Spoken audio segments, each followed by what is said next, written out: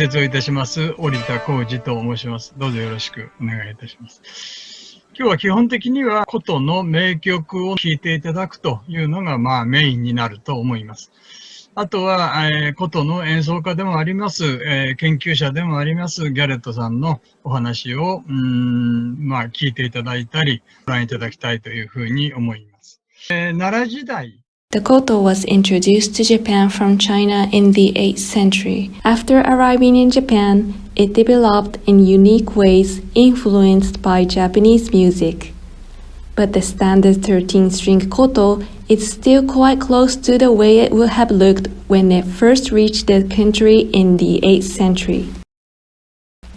It was first performed in Japan as part of the Gagaku court music ensemble.This complex configuration of instruments, which includes winds, strings, and percussion, predates the European symphonic orchestra by several centuries.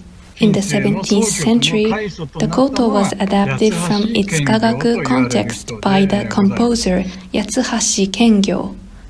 It became the foundation for a popular new genre of music called soukyoku, which means koto music.The koto is a 13-stringed instrument. Each string is raised off the soundboard by a bridge called a kotoji, and tuned based on this bridge's placement. The flexible tuning of the instrument allowed it to be adapted to new melodic styles, and this set the stage for Yatsuhashi Kengyo's music, which incorporated a new tuning system influenced by the popular urban music of the time.今日は数え歌変奏曲、Rokudanの調べ、Shoraifu、三元競争曲というような名曲を、ご披露いたしますので、ぜひ、その妙義をですね、体験していただきたい、お聴きいただきたいと思います。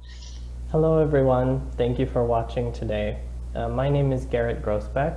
I'm an ethnomusicologist.at Wesleyan University, and I am fortunate to also be a koto player of 10 years. I'm very lucky to have had the chance to study koto during my time living in Japan.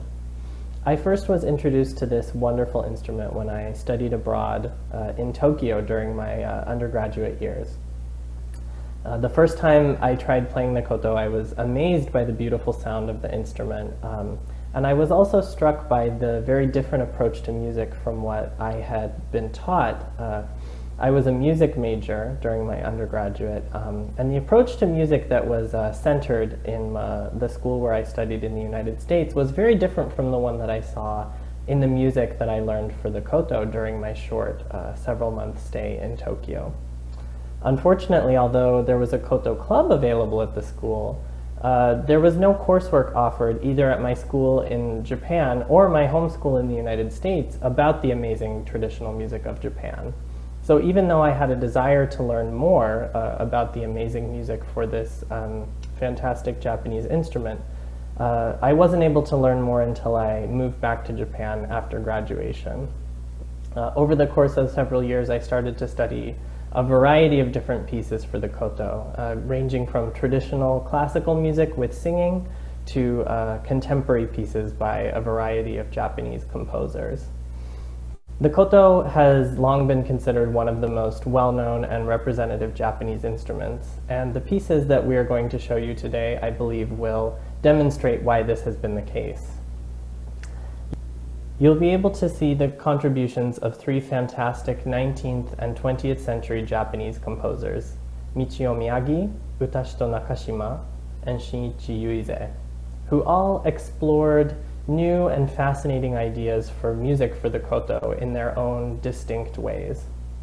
You'll also hear, alongside the composition by Utashito Nakashima, a traditional piece by Yatsuhashi Kengyo.The piece was written, the piece Shoraifu, was written to go alongside Rokudan no shirabe, which is composed by Yatsuhashi Kengyo, and is considered possibly the most famous piece of koto literature in history. These three pieces give you a glimpse into the huge variety of compositions that have been written for this amazing instrument, and the ways that contemporary composers continue to explore all of its possibilities.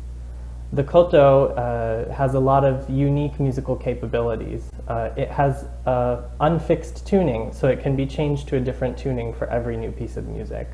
There are also a lot of fantastic performance techniques that you'll hear throughout the course of the video. We hope that you enjoy these amazing pieces of music and that you learn a little bit more about the history of this wonderful Japanese instrument. Thank you.